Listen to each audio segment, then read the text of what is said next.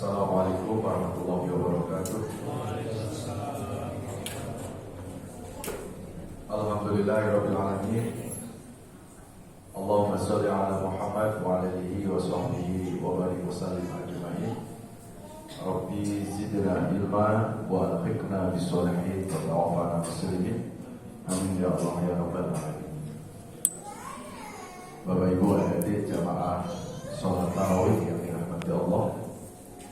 Alhamdulillah kita bersyukur kepada Allah berkat izin dan irodahnya kita masih diberikan kesempatan oleh Allah untuk berada di akhir-akhir Ramadan tahun ini.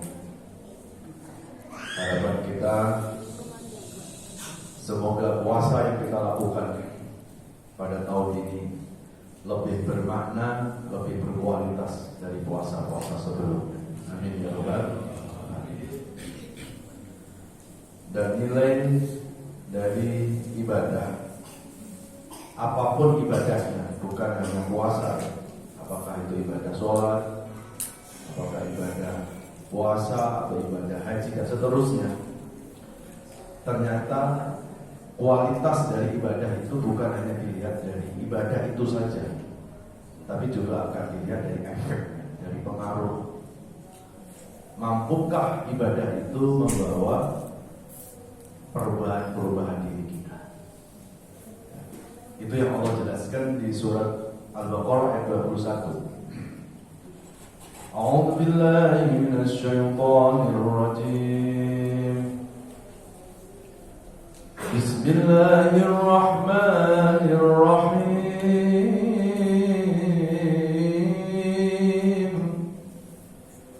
Ya ayyuhan nasu u'budu rabbakumul ladzi khalaqakum walladzina min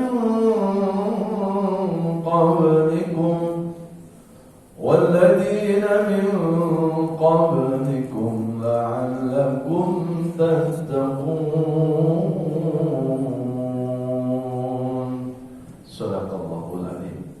Al-Baqarah ayat 21 yang artinya, wahai manusia, ibadahilah Allah yang telah menciptakan kalian dan orang-orang sebelum kalian, agar ibadah itu membawa efek takwa. Berarti kalau kita lihat di ayat ini, ternyata ibadah itu bukan hanya untuk ibadah itu, tapi ibadah adalah untuk membawa efek, untuk membawa pengaruh dalam perbaikan diri kita.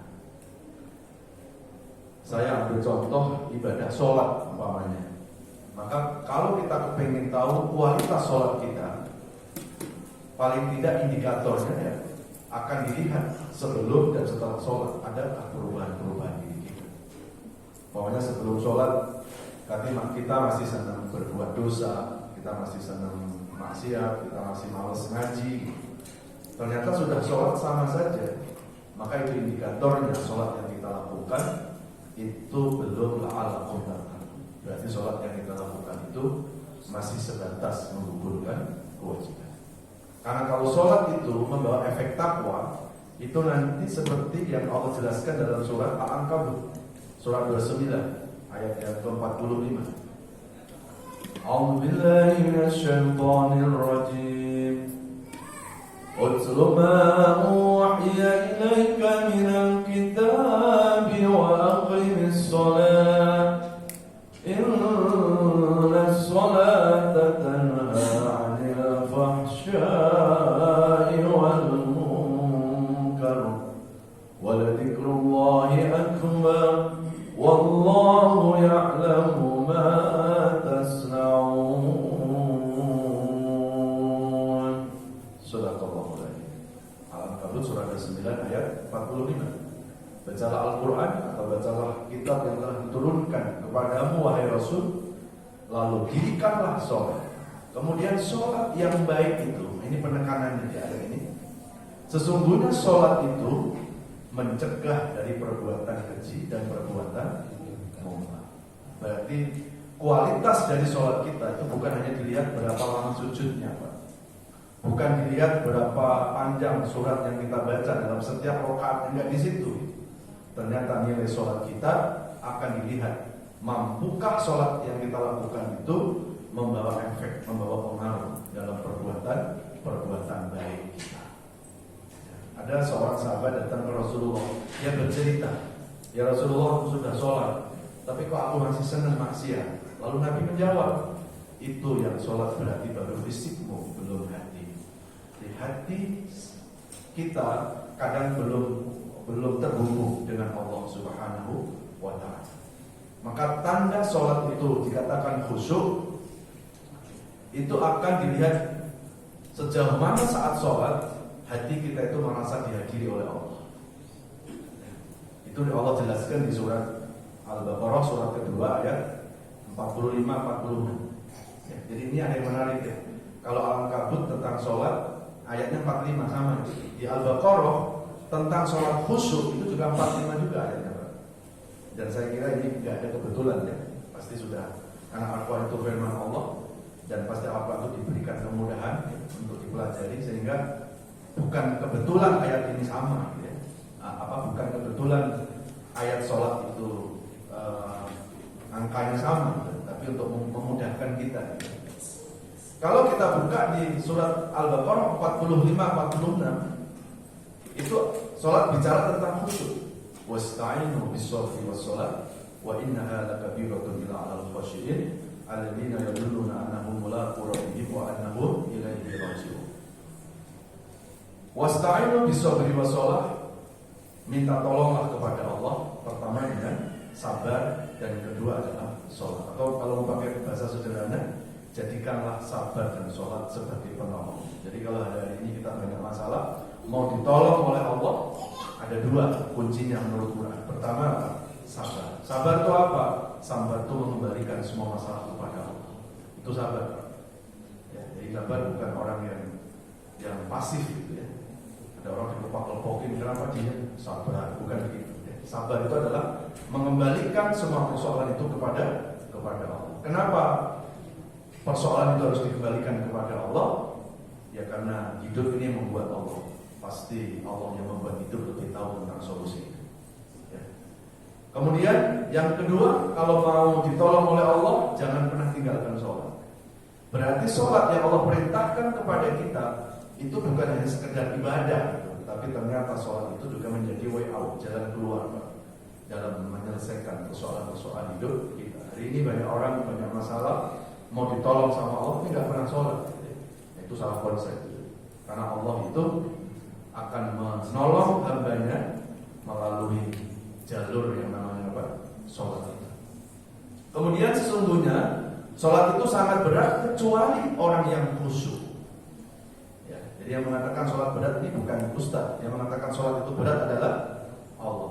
Ada yang bilang, Pak Ustaz, buktinya aku sholat ringan. Kalau hari ini kita ringan menjalankan sholat, itu bukan karena sholatnya ringan, Pak. Karena kita sudah diringankan oleh Allah. Tapi buat orang yang belum diringankan, beratnya luar biasa. Berapa banyak orang kalau weekend Pak bisa gue sepedaan dari Buncit sampai ke Bogor PP kuat. Tapi berapa banyak saat mendengar azan subuh nggak bisa ngangkat selimut itu. Padahal selimutnya hanya berapa orang. Ya kan ada sholat, ini berat. Kecuali orang yang khusyuk yang akan diringankan oleh Allah. Cuma untuk menuju khusyuk ini kan nggak mudah. Kalau kita buka di surat Al-Baqarah 45-46, khusyuk itu syaratnya cuma dua padahal. Tapi nggak semua orang bisa. Ya. Pertama apa? Alladzina yadulluna annahum mulaqu rabbihim, yaitu orang-orang saat sholat yang merasa dialog, yang merasa dihadiri oleh Allah. Ini nggak mudah. Ya. Kemudian yang kedua apa? Wa annahum ilaihi raji'un, yaitu orang-orang yang ketika sholat dia ingat dengan kematian. Kalau Allah kalau tadi sholat isya, sebelah kita itu sudah ada malaikat Israil yang sudah siap untuk mengambil nyawa kita. Ini dua kunci khusyuk. Jadi khusyuk itu bukan dilihat dari fisik. Sementara ini kan banyak orang mengartikan khusyuk itu dihubungkan dengan fisik. Siapa khusyuk sholatnya? Dari mana tahu lihat sholatnya merem-merem? Padahal merem-merem belum tentu. Jangan-jangan wah, ini sholatnya khusyuk. Dari mana? Itu sambil nangis sholatnya. Berarti khusyuk. Pada hari juga belum tentu khusyuk. Ternyata kalau kita buka di Al-Baqarah 45-46, khusyuk itu dua.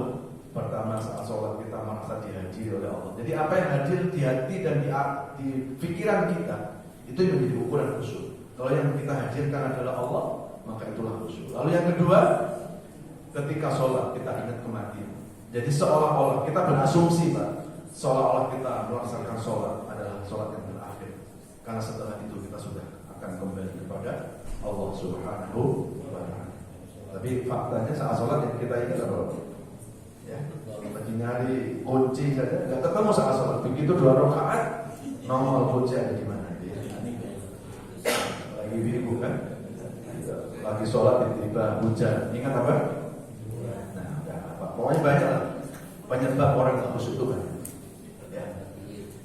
Jamaah sekalian yang dirahmati Allah, kalau kita buka di Quran, ternyata sholat yang berkualitas itu ada di Al-Baqarah 45-46. Lalu pasca sholat itu di alam kabur.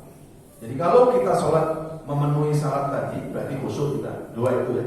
Kalau sholat kita sudah khusyuk, maka baru sholat itu akan efek di alam kabur itu. Baru sholat itu akan membawa efek pengaruh dalam kesolehan pribadi dan kesolehan sosial kita. Jamaah sekalian yang dirahmati Allah SWT. Baik, lalu kalau bicara puasa, nilai puasa kita ada di mana, Pak? Ternyata sama juga. Ternyata nilai puasa kita bukan dilihat dalam 1 bulan saat kita berpuasa, tapi juga akan dilihat sebelum dan setelah puasa. Ada nggak perubahan-perubahan di kita sama? Jadi kalau saat Ramadan kita rajin ke masjid, Pak, ya harusnya nih kan setelah Ramadan nggak selesai ke masjidnya. Kan tujuan puasa juga kan la'allakum tattaqun, agar meningkat takwa kita. Lalu kalau saat Ramadan rajin ke masjid, rajin baca Quran, selesai Ramadan selesai semuanya, kan pertanyaannya di mana peningkatan takwanya gitu, Pak. Ya, maka ketika kita sudah membiasakan ke masjid, ya hari selesai Ramadan kita nggak selesai ke masjid. Nah, pertanyaan sederhana, kenapa kita semangat ibadah kok menunggu Ramadan? Apakah Allah hanya ada di Ramadan? Apakah surga hanya ada di Ramadan? Apakah pahala hanya ada di Ramadan? Loh, tapi kan pahala di Ramadan itu besar. Kita nggak menafikan itu. Tapi kalau kembali pada Al-Baqarah 183, bahwa tujuan puasa itu agar kita menjadi hamba yang bertakwa. Berarti pahala sama surga bukan tujuan, Bapak ya. Pahala surga harusnya kita jadikan motivasi, penyemangat saja. Ya, karena kalau kita ibadah itu yang kita kejar-kejar hanya pahala, biasanya ibadah itu nggak bertahan lama. Karena biasanya kalau yang dikejar itu pahala, maka ibadah itu akan hitung-hitungan. Dan kalau sudah hitung-hitungan, akhirnya transaksional. Ya. Kalau bicara transaksional, ya akhirnya kayak seorang pedagang. Gitu. Kalau untungnya besar, dia semangat berdagang. Kalau untung kecil, males. Kan ibadah nggak mungkin harus kita samakan seperti itu. Ya. Tapi kalau ibadah itu betul-betul karena Allah, nah ini bedanya, Pak. Kalau ibadah betul-betul karena Allah, orang itu nggak akan peduli mau Ramadan nggak Ramadan, nggak dipikirin, Pak. Karena dia yakin Allah nggak cuma hanya di Ramadan, Allah ada kapan saja. Maka kalau ibadah itu karena Allah, insya Allah indikatornya istiqomah. Tapi kalau pahala yang dikejar, kalau ibadah yang dikejar itu pahala, ya biasanya semakin hanya di Ramadan. Karena dia mengejar pahala di Ramadan. Padahal yang ngasih pahala siapa? Yang ngasih surga siapa? Kalau yang ngasih pahala surga Allah, lebih bagus saat ibadah mengejar pahalanya atau mengejar sang pemberi pahala. Ya, sang pemberi pahala. Ya. Gak apa-apa, pahala surga kita jadikan penyemangat. Lalu tujuan kita adalah karena Allah. Ya, jadi ibadah kita harus betul-betul la'alakum tattaqun. Sama seperti gini, Pak. Saat kita berzikir yang kita cari apa? Biasanya apa ya? Orang zikir itu yang dicari ketenangan. Sekarang kita bertanya, yang ngasih tenang siapa? Nah, kalau yang ngasih tenang Allah, harusnya yang pas zikir cari tenang apa zikir cari Allah? Kalau zikir cari tenang, biasanya saat susah baru berzikir. Begitu dihilangkan kesusahannya, kok nggak zikir lagi? Kan sudah tenang, Pak Ustaz. Maka zikir yang seperti ini, Pak, belum tentu akan membawa efek ketenangan untuk diri ini. Sama seperti tadi kan, ketenangan yang ngasih Allah, surga yang ngasih Allah, pahala yang ngasih Allah. Nah kalau surga pahala yang ngasih Allah, maka harusnya apa? Lebih penting mengejar pahala surganya, atau kita lebih penting mengejar sang pencipta pahala dan sang pencipta surga? Ya, harusnya kita mengejar Allah. Dan kalau yang kita kejar adalah Allah, insya Allah kita nggak akan peduli mau Ramadan nggak Ramadan. Sekali ke masjid sampai mati akan ke masjid. Sekali dia ibadah sampai mati tetap beribadah, karena dia yakin Allah ada kapan saja. Adapun pahala dan surga itu dijadikan insentif saja, penyemangat saja. Ya. Kalau kemarin-kemarin kita ibadah selalu yang kita kejar pahala nggak apa-apa, tapi kan kita harus naik kelas. Ya. Paling nggak apa? Ya sekarang kita mencoba untuk meningkatkan ya, kualitas ibadah itu, bukan hanya mengejar pahala dan surga, tapi kita mengejar sang pencipta pahala dan surga. Amin. Ini dikuatkan dalam hadis ketika Rasulullah ditanya, ya Rasulullah, engkau masuk surga karena amal ibadahmu bukan? Begitu kan? Ya. Lalu kemudian Rasul menjawab, ma dakhaltul jannah illa bi rahmatillah. Aku masuk surga bukan karena amal ibadahku, tapi aku masuk surga karena rahmat Allah. Ya. Saya kadang berpikir gini, kalau ada orang ibadah yang dikejar adalah pahala, yang dikejar adalah surga, supaya nggak masuk neraka. Andai mulai malam ini Allah mengumumkan, mulai malam ini aku nggak buat surga sama neraka, apakah lalu kita harus berhenti ibadah? Ya, kan nggak ada pahala, udah nggak ada surga, udah nggak ada neraka. Buat orang yang ibadahnya hanya mengejar surga, pasti bilang apa? Yes, saya berhenti ibadah. Tapi buat orang ibadah karena Allah, dia nggak peduli, karena ibadahnya hanya mengejar rahmat Allah. Kenapa kok yang dikejar rahmat Allah? Orang kalau sudah dapat rahmat Allah, otomatis akan dapat surga Allah Subhanahu wa ta'ala. Maka di Quran, kalau kita buka di surat Al-Baqarah 183, tujuan puasa untuk takwa. Kenapa untuk takwa? Kok bukan ngejar pahala gitu loh? Dikuatkan di Ali Imran 1:33. Wa jannatin 'arduhas samawati wal ardh uiddat lil muttaqin. Surga itu disediakan buat orang yang bertakwa. Tidak ada kalimatnya surga disediakan buat orang yang berpuasa. Karena yang membawa kita ke surga adalah ketakwaan kita. Berarti harusnya puasa mengejar takwa, bukan puasa mengejar surga. Karena kalau sudah kita dapat predikat takwa, otomatis surga itu akan merindukan kita. Ya, karena ini malam-malam terakhir, paling tidak kalau dalam hidup itu kan ada husnul khotimah. Maka Ramadan ini terakhir adalah ukuran apakah Ramadan kita itu berkualitas atau tidak, yang akan dilihat dari akhir-akhir Ramadan ini. Ya, dan inilah dalam sebuah hadis saya pernah baca yang menyebabkan Rasulullah itu menangis dengan tangisan yang sangat histeris, sangat dahsyat. Sehingga Ibunda Aisyah bertanya sama Rasulullah, ya Rasulullah, lima bakaita bakaan syadidah, kenapa engkau menangis dengan tangisan yang hebat ya Rasulullah? Ini kan sudah mulai mau terakhir Ramadan. Apa jawab Rasulullah? Aku khawatir kalau aku nggak ketemu dengan Ramadan tahun yang akan datang, dan aku khawatir jangan-jangan puasa umatku selesai, tapi puasa tidak mengampuni, tidak membawa pengampunan dosa, dan puasa itu tidak membawa efek kepada ketakwaan. Ini yang dipikirkan oleh Rasulullah. Nah, kalau sekelas Nabi aja masih khawatir, ya apalagi. Maka tinggal satu malam ini, ya kita habiskan ya untuk menjemput ketakwaan, sehingga puasa kita bukan untuk puasa, tapi puasa kita adalah untuk takwa. Amin ya rabbal alamin. Terima kasih. Assalamualaikum warahmatullahi wabarakatuh.